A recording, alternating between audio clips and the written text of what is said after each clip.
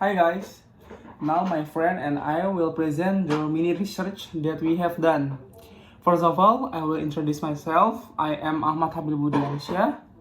I'm Zahra Ayu Adistia. My name is Sita Pajero Makfiro. Okay guys, let's start the presentation.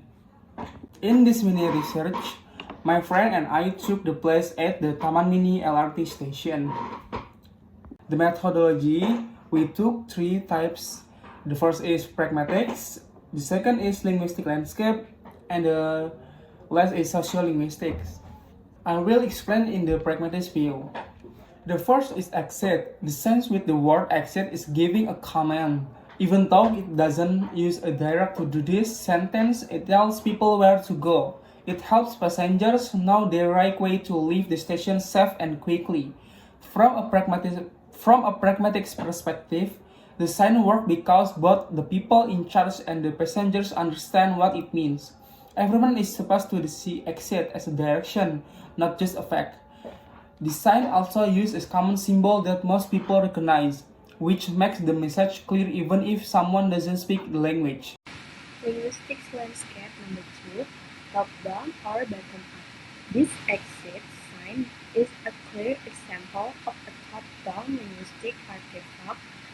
It is installed and regulated by the Official Transportation Authority or Station Management reflecting institutional control over passenger movement and safety protocols. The first sign is exit. From a sociolinguistic perspective, the use of English in this sign shows that the station considers passengers from different linguistic backgrounds. English is widely recognized as a global language and is commonly used in public spaces, especially in transportation areas. Even for local passengers, the word exit is already familiar due to frequent exposure in malls, airports, and other public places. This shows how English has become part of everyday public communication. And number two is the free charging. The sign that says free charging makes a strong statement with an underlying message. It clearly tells people that charging facilities are available at no cost for passengers. At the same time, it subtly encourages them to use the charging service at the station.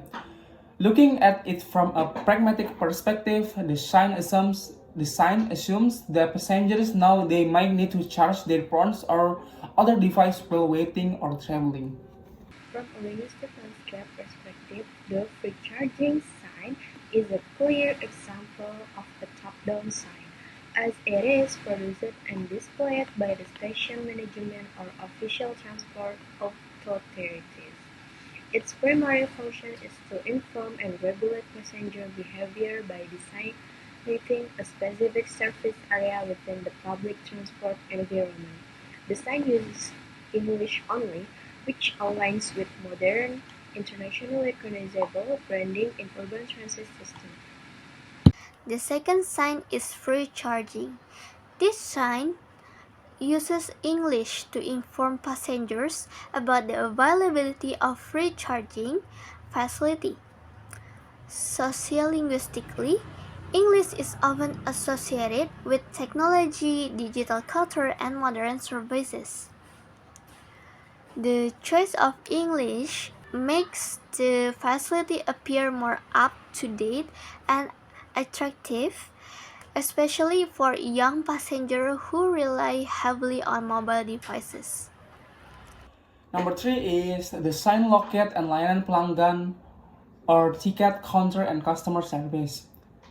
This sign clearly tells people what the area is for. It tells passengers where they can buy tickets and get help with any questions.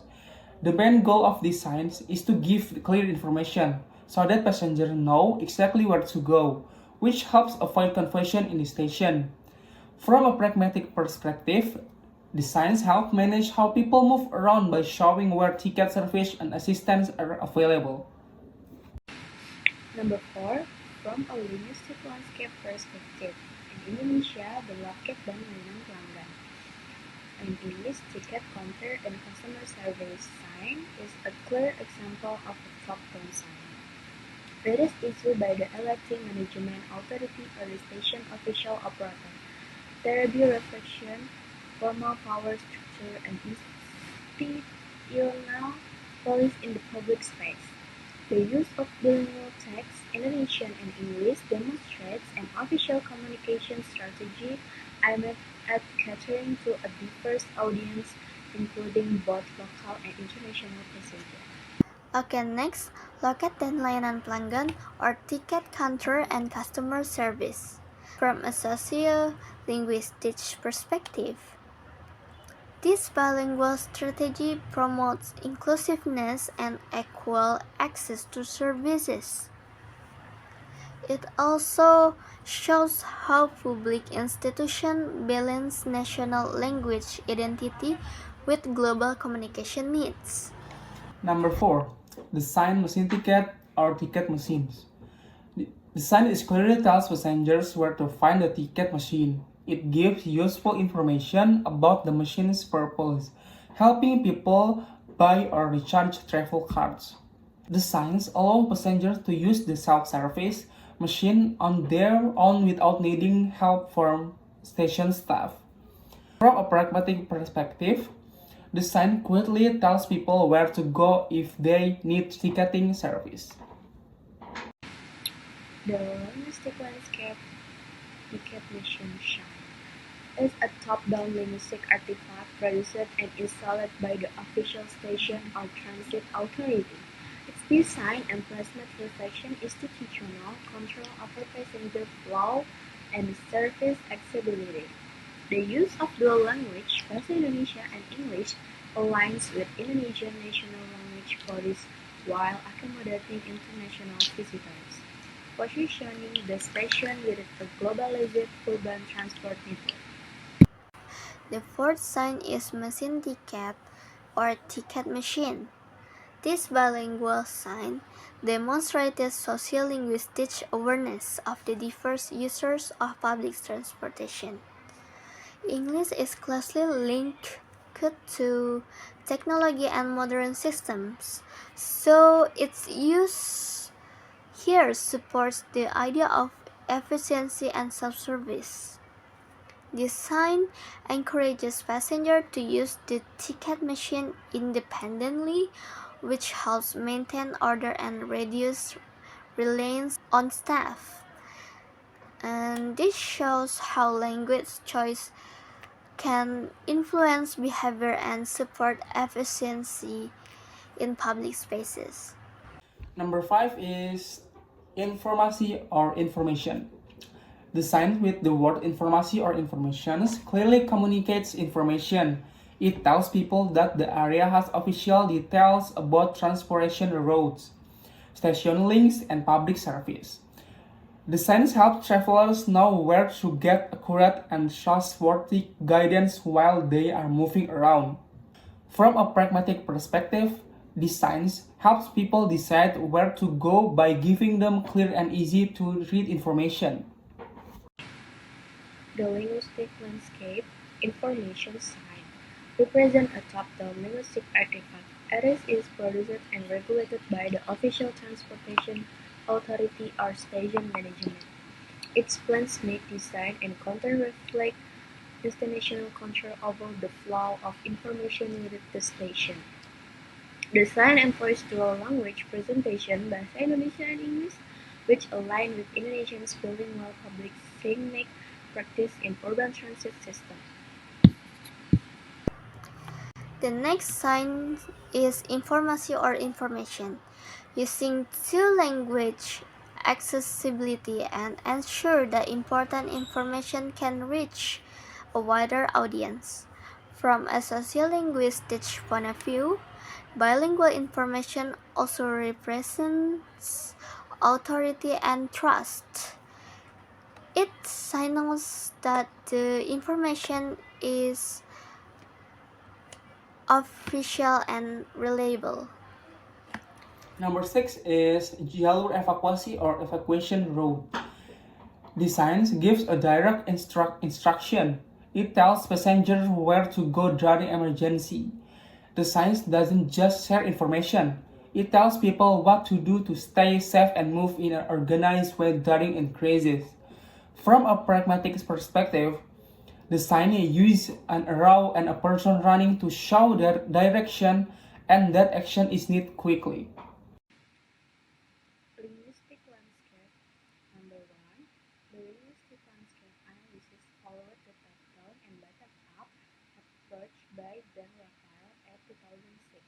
This has helped us to see if the signs were made by official group top-down or by individuals or group not tied to government bottom-up.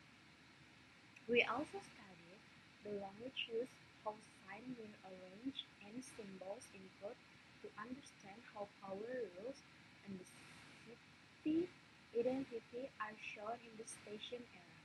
The sixth sign is jalur evakuasi or evacuation route. This is an important safety sign. Sociolinguistically, emergency communication must be inclusive and clear. By using both Bahasa Indonesia and English, the station ensures that safety instruction can be understood by all passengers, including foreign visitors.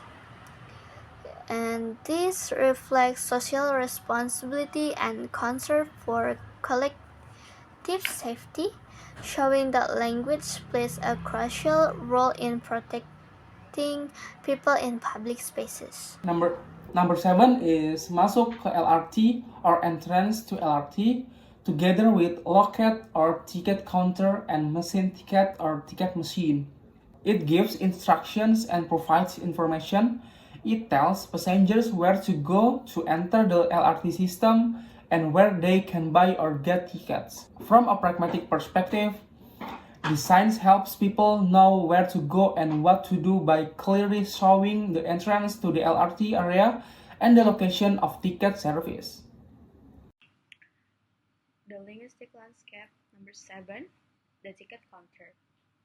Ticket counter represents a top-down sign of official language regulated by an authority like a government or transit company. Fixed bicycle signage usually features a static header such as a ticket or cashier. In many countries, these signs are bilingual or trilingual to demonstrate inclusivity or national policy. Symbolic authority. Often accompanied by official logos, seals, or glasses bearers, the signal have institutional power. The language used is strictly formal and regular. The seventh sign combines several directions, such as entrance or masuk ke LRT, ticket counter or loket, and ticket machine or machine ticket. This reflects functional multilingualism, where languages are used based on their practical roles. Bahasa Indonesia represents national identity, while English supports international communication. The combination of languages, symbols, and arrows helps reduce confusion and ensure efficient passenger movement. Number 8 is entry. The sign with the word entry is a type of instruction. It tells people where they should go, especially to enter the station through the market entrance. Even though it's just one word, it clearly tells passengers what to do in the station setting. From a pragmatic perspective, these signs use something we all understand, that entry means an official place to go in. A linguistic landscape. Number 8. Perspective. The entry sign exemplifies a top-down communication strategy, as it is installed and regulated by the official transport authority or station management. The use of English only without accompanying Indonesian translation reflects a deliberate choice to align with international signage standards commonly used in transit systems worldwide. The eighth sign is entry. The use of a single English word shows how English has become normalized in urban public spaces. Even passengers who do not speak English fluently can understand this term because it is commonly used worldwide.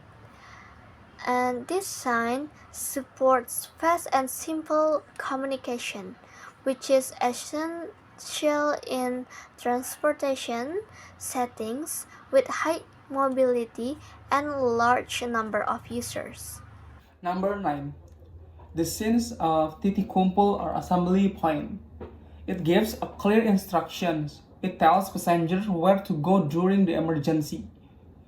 Even though it doesn't use direct words like go here, it still tells people to come together at a specific place for safety. From a pragmatic perspective, the signs work because everyone knows that an assembly point is important for safety during an evacuation. Linguistic landscape. Number 8. Top-down versus bottom-up analysis example.